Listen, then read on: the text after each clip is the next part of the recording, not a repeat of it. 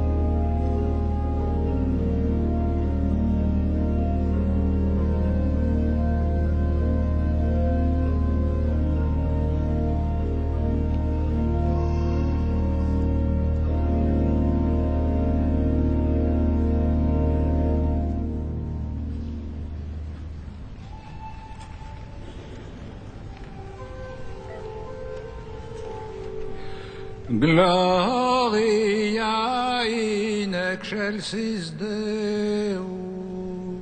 Et in terra pax hominibus bone voluntatis. Adoramus te. Benedicebus te. Adoramus te. Glorificamus te.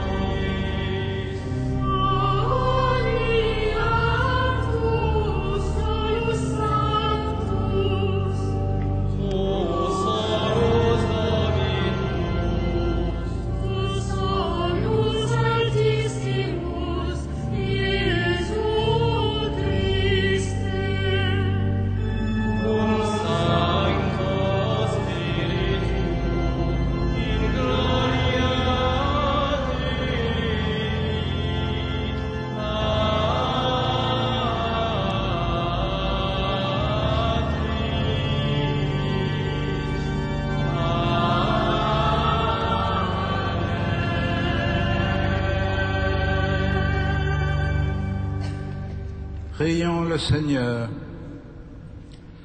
Seigneur, accorde-nous de trouver notre joie dans notre fidélité, car c'est un bonheur durable et profond de servir constamment le Créateur de tout bien, par Jésus-Christ, ton Fils, notre Seigneur et notre Dieu, qui vit et règne avec toi dans la communion du Saint-Esprit, maintenant et pour les siècles des siècles. Amen.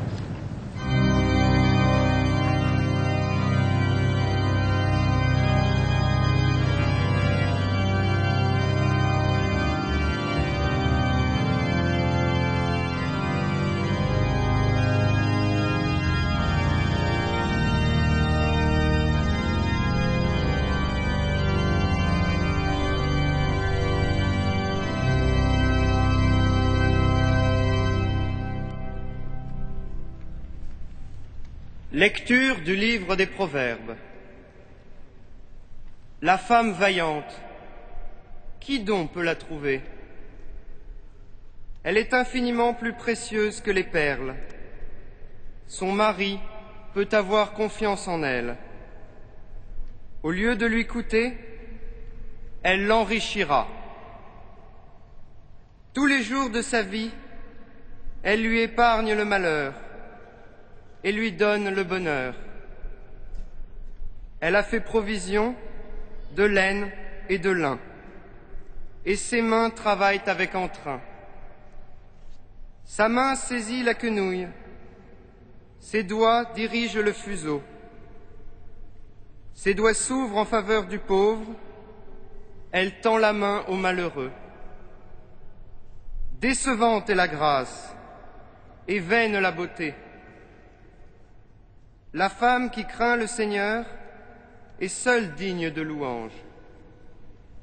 Reconnaissez les fruits de son travail. Sur la place publique, on fera l'éloge de son activité. Parole du Seigneur.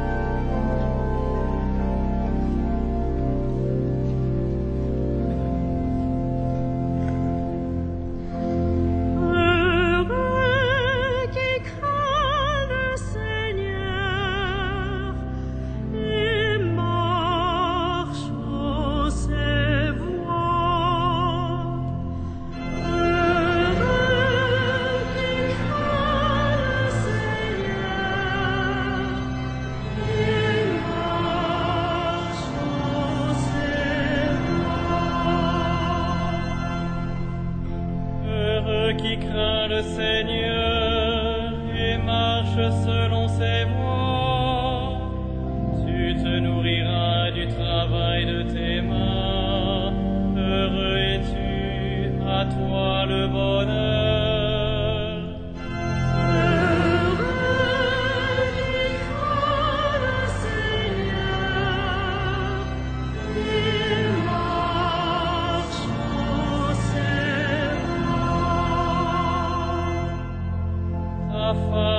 Sera dans ta maison comme une vigne généreuse, et tes fils autour de la table comme des plants d'olivier.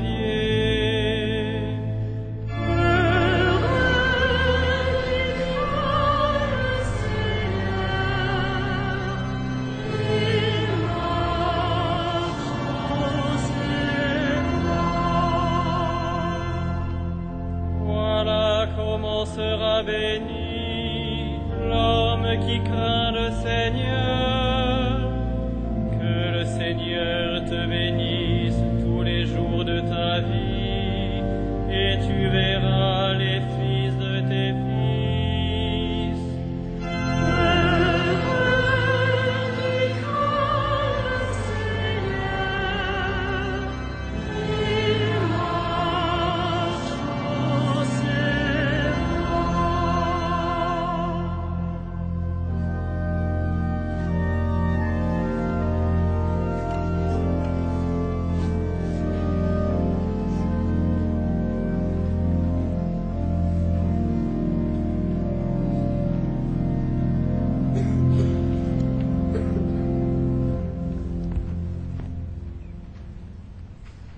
Lecture de la première lettre de saint Paul apôtre aux Thessaloniciens.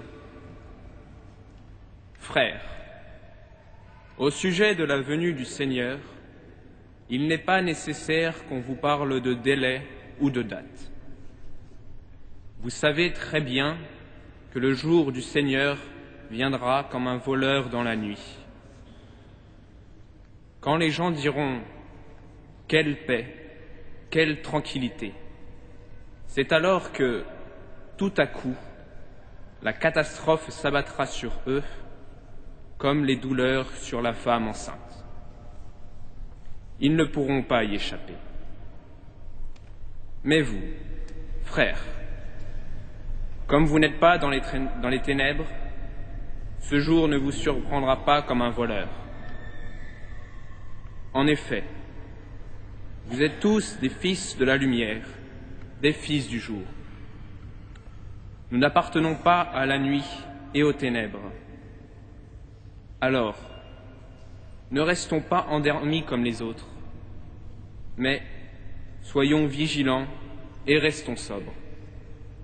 Parole du Seigneur.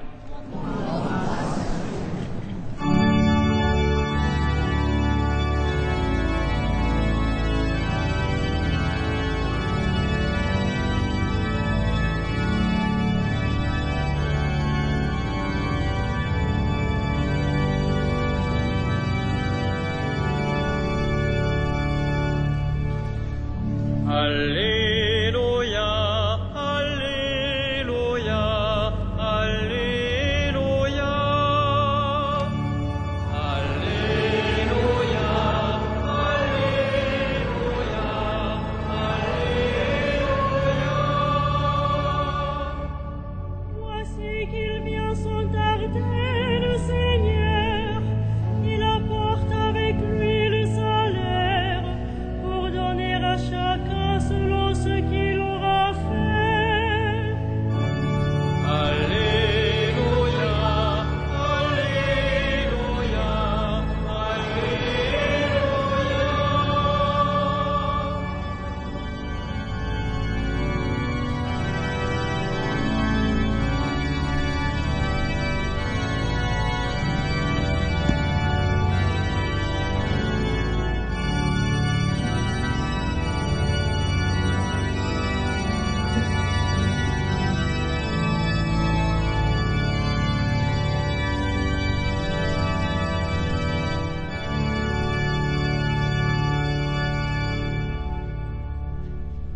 Le Seigneur soit avec vous.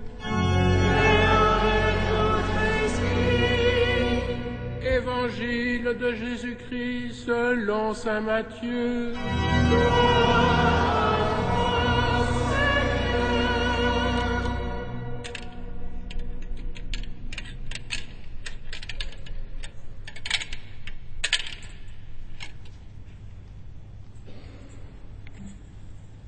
Jésus parlait à ses disciples de sa venue.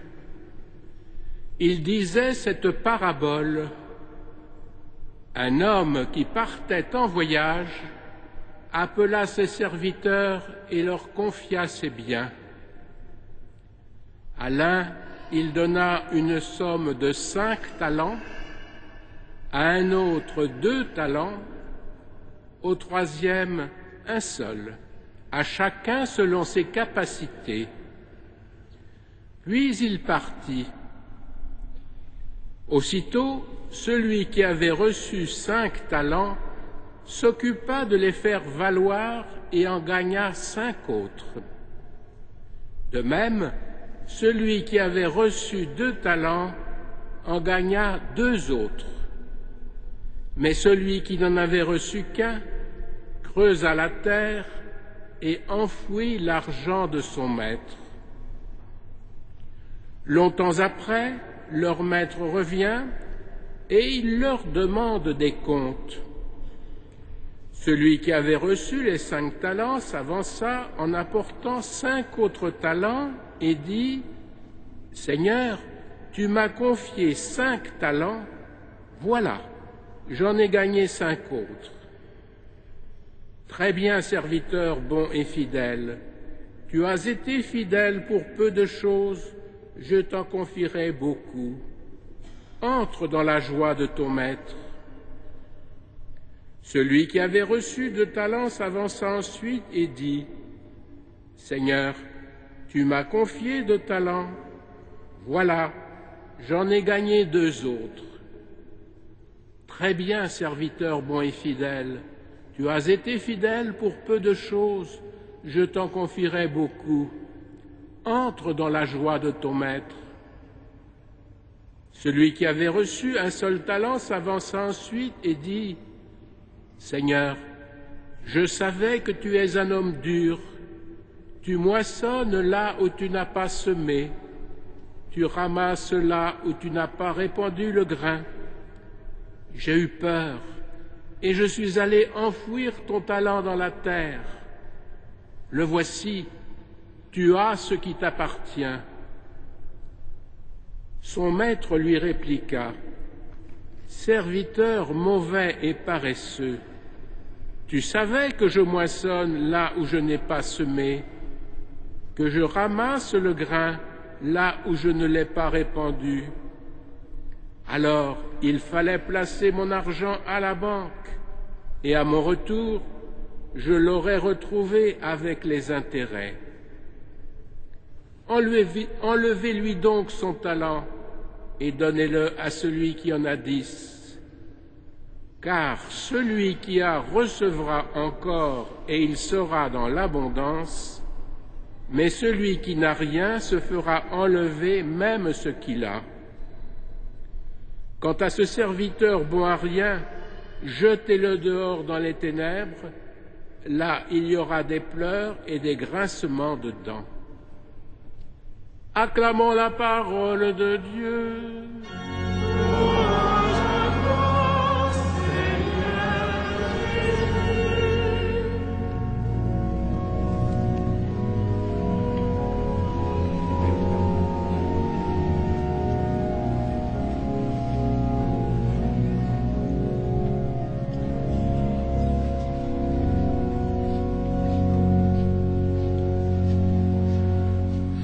Frères et sœurs, à mesure que nous approchons du terme de l'année liturgique, qui sera dans 2 dimanches,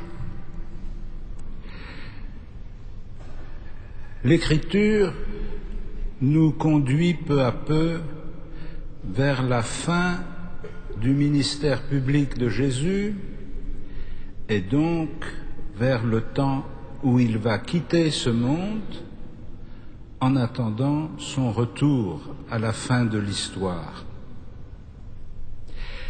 Et la question à laquelle les disciples vont être confrontés, encore qu'ils ne la connaissent pas encore, sera: de quelle manière faut-il vivre ce temps de l'attente? C'est pourquoi l'enseignement du Christ sur son retour s'exprime par des paraboles, parce que ça lui laisse la possibilité d'évoquer un événement imprécis, mais surtout de susciter la curiosité et la recherche chez ses disciples. Aussi, quand il leur parle de sa venue, comme nous dit l'évangile de saint Matthieu, il leur parle en parabole. Dimanche dernier, vous vous en souvenez, nous avons entendu la parabole des 10 jeunes filles qui attendent le retour de l'époux, et cette parabole nous était proposée pour stimuler en nous la persévérance dans l'attente et la sagesse dans la conduite de notre vie. La parabole de ce soir sur les talents distribués aux serviteurs est davantage orientée sur les initiatives que nous sommes invités à prendre pour faire fructifier pendant ce temps de l'histoire les dons que nous avons reçus. Les talents, vous le savez, ne sont pas comme le mot français pourrait l'évoquer quelquefois les qualités personnelles. Il s'agit ici d'une somme d'argent. Dans la parabole, ça veut dire que le maître qui va laisser ses serviteurs seuls leur distribue ses biens pour qu'ils les fassent fructifier. Et donc la question qui est posée à travers cette parabole, c'est comment faisons-nous fructifier les biens que nous avons reçus? Et le jugement que le maître porte à son retour s'ajuste exactement à cette question de qu'est-ce que ce que je vous ai confié a rapporté. Comment avez-vous augmenté les biens que je vous ai donnés? Une parabole ne peut pas être simplement transcrite détail par détail. C'est pour donner le sens général d'un message. Le message que Jésus nous donne ici, c'est de nous dire « Je vous ai laissé un trésor. Qu'en faites-vous » Et nous voyons bien, à travers les trois personnages que la parabole met en scène, nous voyons bien des types d'attitudes ou des types de comportements qui correspondent aussi à ce que nous sommes. C'est vrai que tous ne reçoivent pas la même part du trésor. Non pas parce que le Seigneur voudrait favoriser certains au détriment des autres, mais parce que tous n'ont pas la capacité d'accueillir également la richesse que Dieu veut leur donner. Sainte Thérèse de l'Enfant Jésus avait pris comme image de cette capacité d'accueil l'image d'un verre à boire. Elle disait, l'amour de Dieu remplit complètement notre verre. Mais si notre verre est petit, nous avons peu de liquide. Si notre verre est grand, nous avons beaucoup de liquide. Eh bien, pour nous, c'est la même chose. Certains ont des capacités d'absorption, d'accueil, d'intégration de la foi qui sont plus grandes que celles des autres. Et nous n'avons pas à être jaloux de voir cette disparité entre les capacités des uns ou des autres. Mais la question qui nous est posée, ça n'est pas quelle quantité nous avons reçu, mais c'est qu'est-ce que nous faisons de ce que nous avons reçu.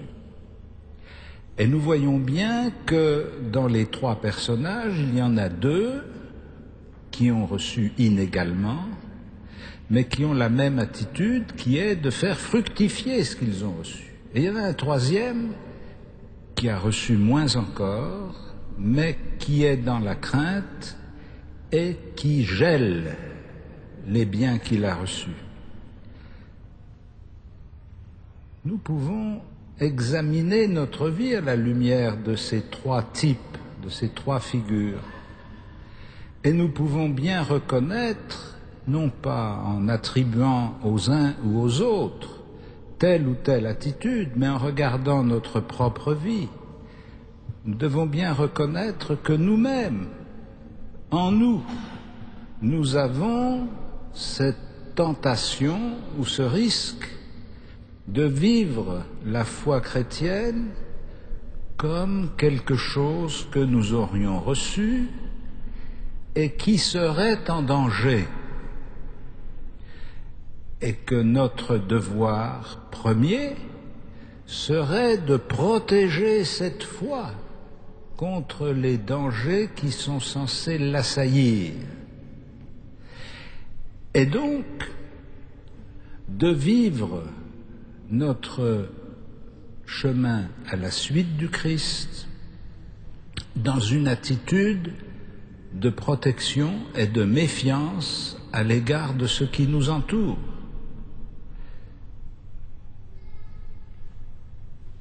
Nous éprouvons la fragilité de notre foi. Nous ressentons la fragilité de notre foi.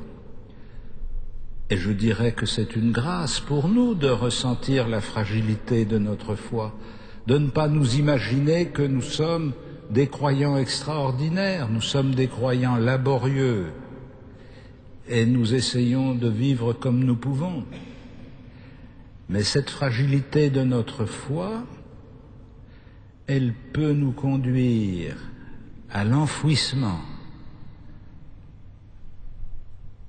à l'occultation, au réflexe de défendre. Contre qui? Est-ce que c'est à nous que Dieu confie le soin de défendre la foi? Est-ce que nous avons reçu la foi pour l'enfermer précieusement et surtout ne pas la mettre, ne pas l'exposer au risque de la tentation, du combat, des blessures peut-être? Bref, faire de ce trésor que nous avons reçu une sorte de réserve dont on dit qu'elle pourrait nous servir, mais qui ne nous sert jamais puisqu'on la tient toujours enfermée. Les deux autres, dans la différence de ce qu'ils ont reçu, l'un a reçu beaucoup, l'autre a reçu moins, les deux autres ont une attitude tout à fait différente. Ils savent que leur maître est exigeant et ils se disent il faut faire quelque chose. Et ils risquent ce qu'ils ont reçu pour produire des fruits. Depuis que Jésus adressait ces paroles à ses disciples, les chrétiens ont toujours vécu leur foi dans un environnement incertain.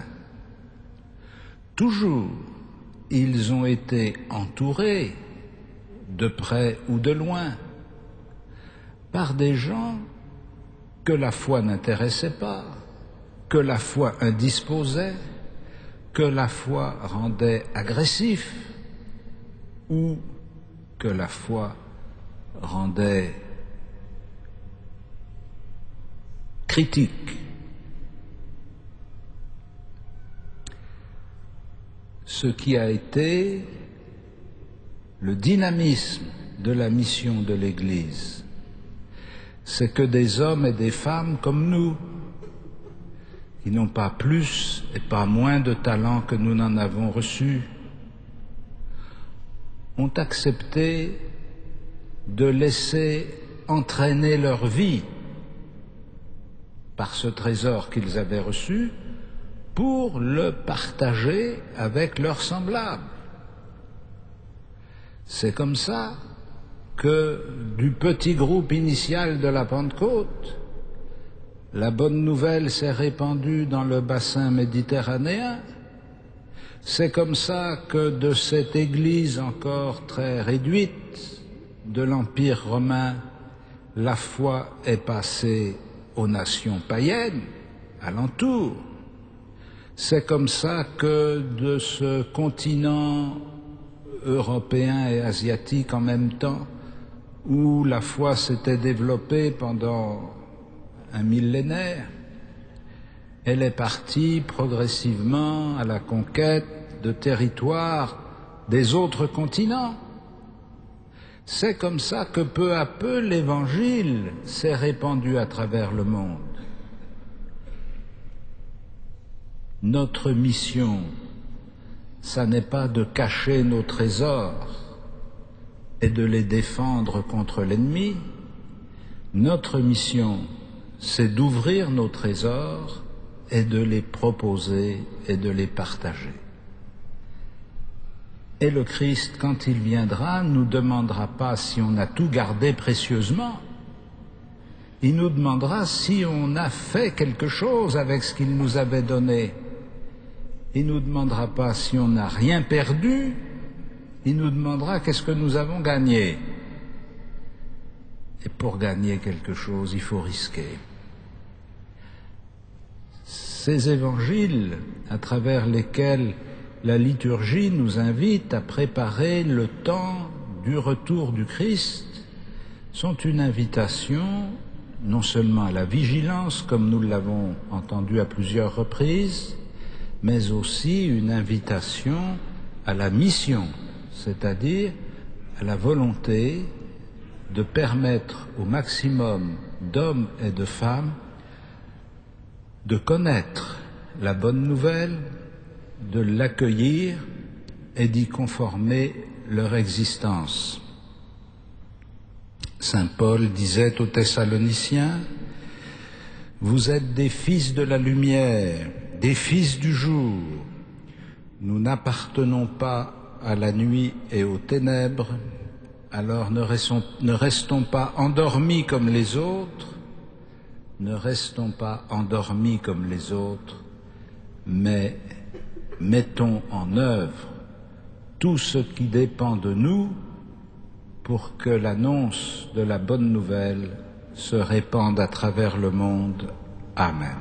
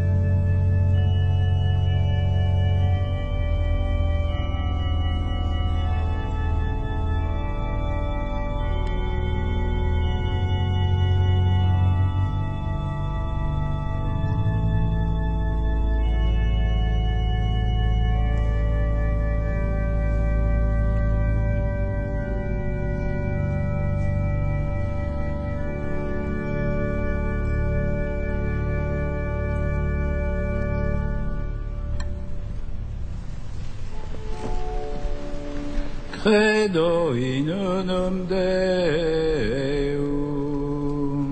Patrem omnipotente, Patrem cieli et terrae, visibilium et invisibilium. Et in unum Dominum Iesus Christus, Filium Dei unigenitum, Et ex Padre natum, ante omnia saecula. Deum Deorum et in umine, Deum verum, Deo verum.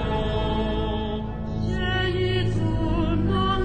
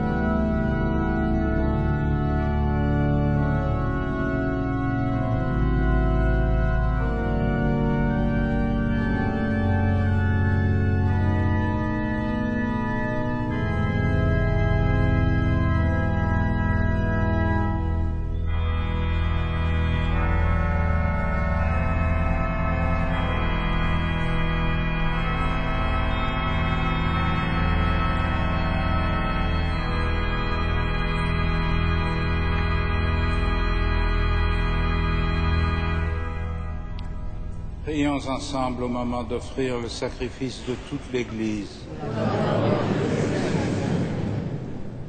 Permets, Seigneur notre Dieu, que l'offrande placée sous ton regard nous obtienne la grâce de vivre pour toi et nous donne l'éternité bienheureuse par Jésus le Christ notre Seigneur. Amen. Le Seigneur soit avec vous. Élevons notre cœur. Rendons grâce au Seigneur notre Dieu.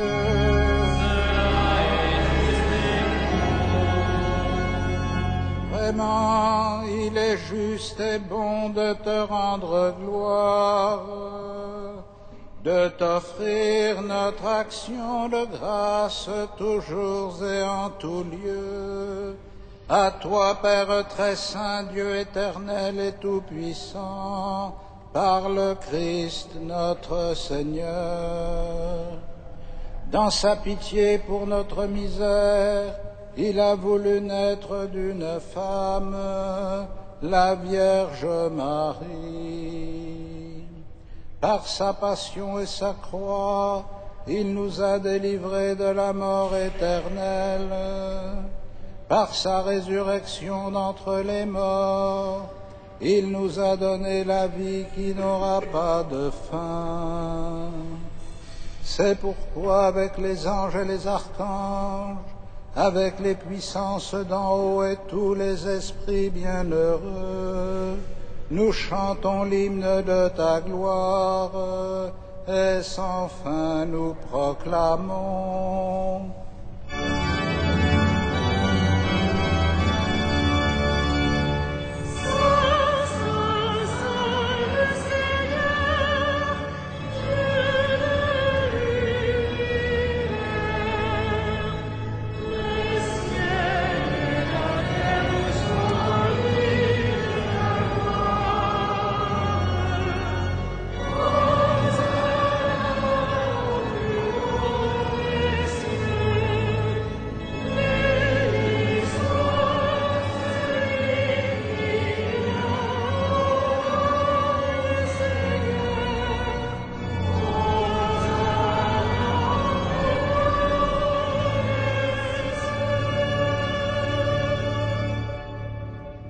Tu es vraiment saint, Dieu de l'univers, et toute la création proclame ta louange, car c'est toi qui donnes la vie, c'est toi qui sanctifies toutes choses par ton Fils Jésus-Christ, notre Seigneur, avec la puissance de l'Esprit Saint. Et tu ne cesses de rassembler ton peuple afin qu'il te présente partout dans le monde une offrande pure. C'est pourquoi nous voici rassemblés devant toi et dans la communion de toute l'Église. En ce premier jour de la semaine, nous célébrons le jour où le Christ est ressuscité d'entre les morts. Par lui que tu as élevé à ta droite, Dieu Tout-Puissant, nous te supplions de consacrer toi-même les offrandes que nous apportons. Sanctifie-les par ton Esprit pour qu'elles deviennent le corps et le sang de ton Fils Jésus-Christ, notre Seigneur, qui nous a dit de célébrer ce mystère. La nuit même où il fut livré, il prit le pain. En te rendant grâce, il le bénit, il le rompit et le donna à ses disciples en disant : « Prenez et mangez-en tous, ceci est mon corps livré pour vous. »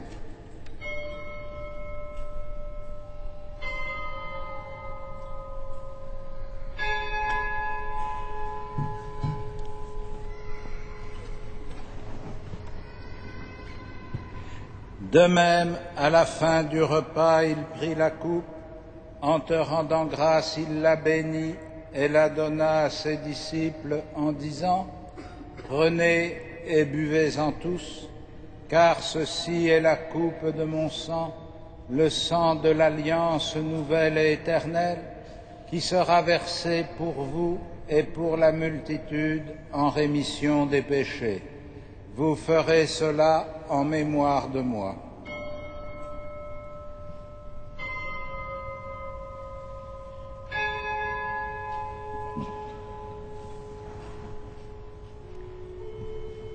Il est grand le mystère de la foi.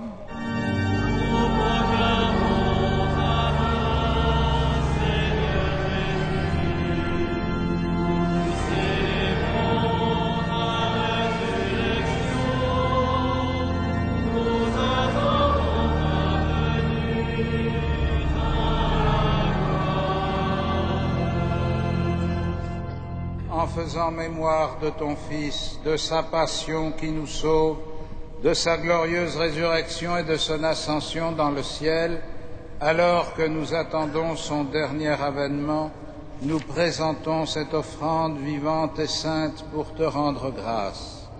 Regarde, Seigneur, le sacrifice de ton Église et daigne y reconnaître celui de ton Fils qui nous a rétablis dans ton alliance. Quand nous serons nourris de son corps et de son sang et remplis de l'Esprit Saint, accorde-nous d'être un seul corps et un seul esprit dans le Christ, et que l'Esprit Saint fasse de nous une éternelle offrande à ta gloire, pour que nous obtenions un jour les biens du monde à venir auprès de la Vierge Marie, la bienheureuse Mère de Dieu, avec les apôtres, les martyrs, Saint Denis et tous les saints qui ne cessent d'intercéder pour nous.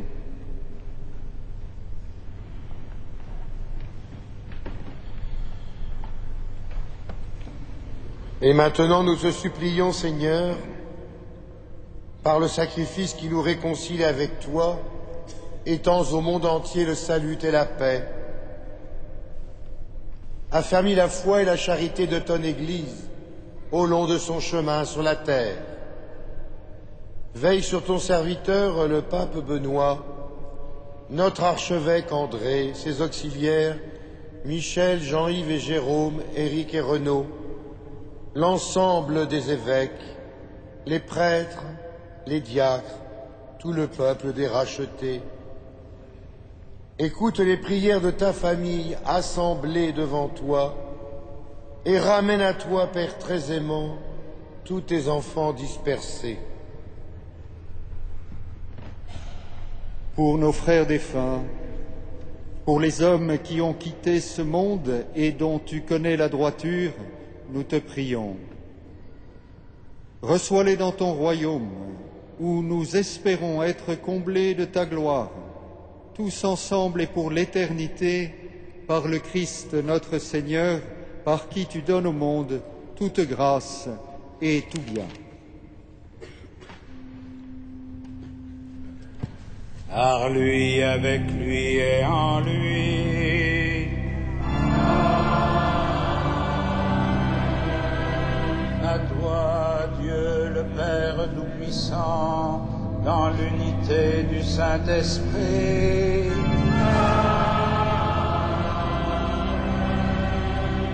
Tout honneur et toute gloire pour les siècles des siècles.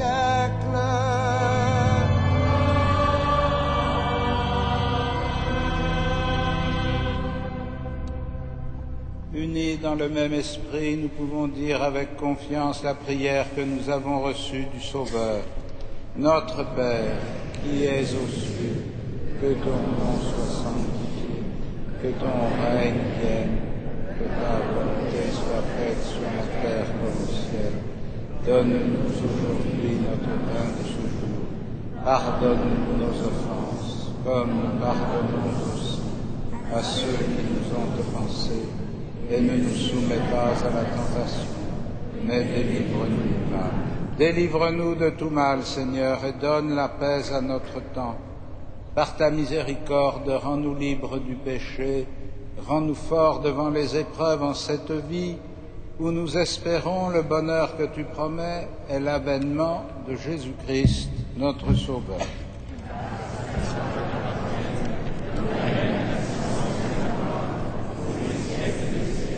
Seigneur Jésus-Christ, tu as dit à tes apôtres, je vous laisse la paix, je vous donne ma paix. Ne regarde pas nos péchés, mais la foi de ton Église. Pour que ta volonté s'accomplisse, donne-lui toujours cette paix et conduis-la vers l'unité parfaite, toi qui règnes pour les siècles des siècles. Et que la paix du Seigneur soit toujours avec vous. Frères et sœurs, dans la charité du Christ, donnez-vous la paix.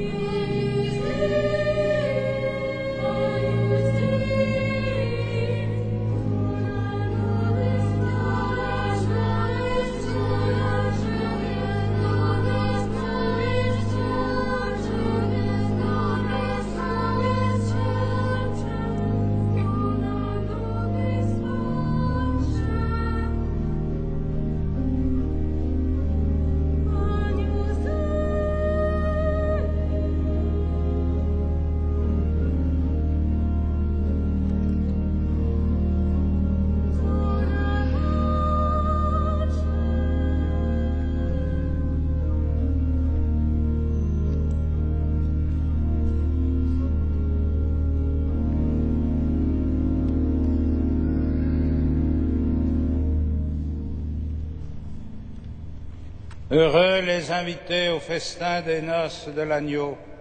Voici l'agneau de Dieu qui enlève le péché du monde. Seigneur, je ne suis pas digne de te recevoir, mais dis seulement une parole et je serai guéri.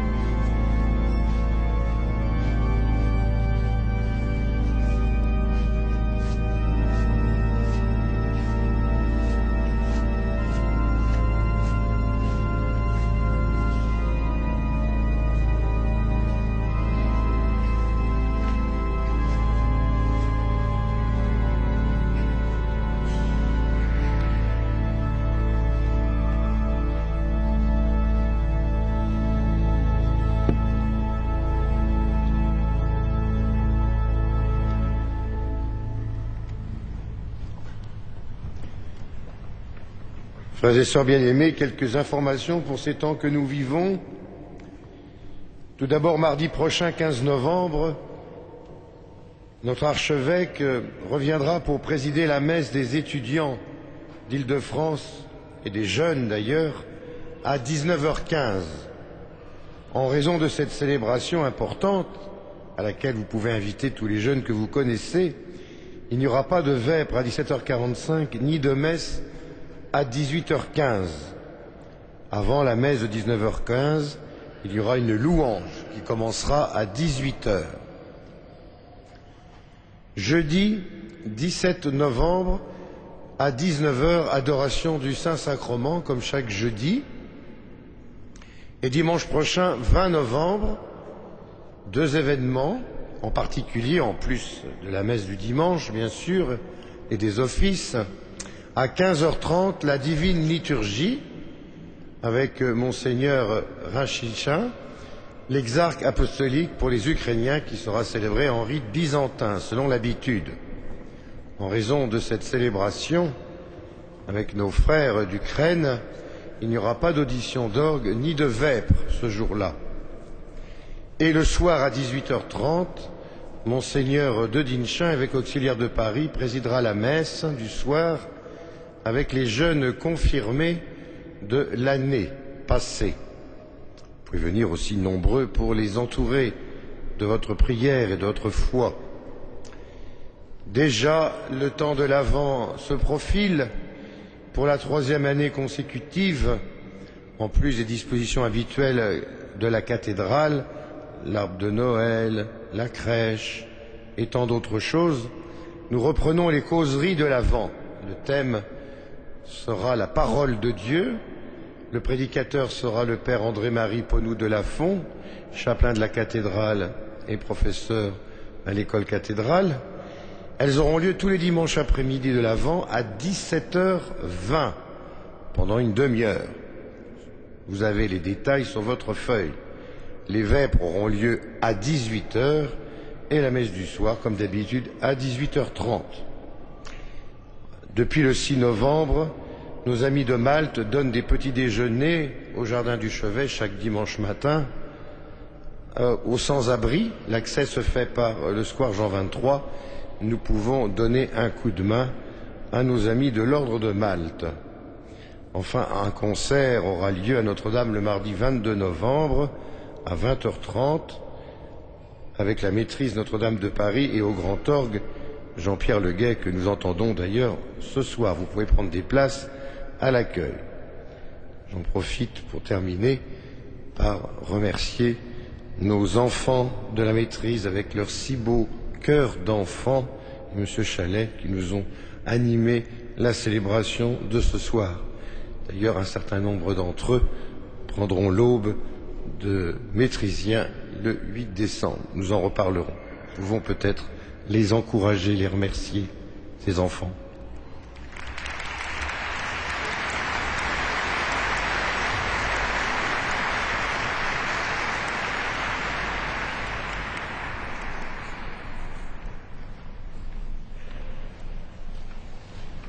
Seigneur, nous venons de communier au don sacré du corps et du sang de ton Fils, et nous te prions humblement que cette Eucharistie offerte en mémoire de lui, comme il nous a dit de le faire, augmente en nous la charité, par Jésus le Christ, notre Seigneur. Amen.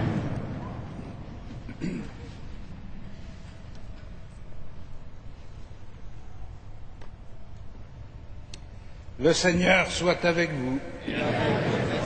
Que Dieu Tout-Puissant vous bénisse, le Père, le Fils et le Saint-Esprit. Allez dans la paix du Christ.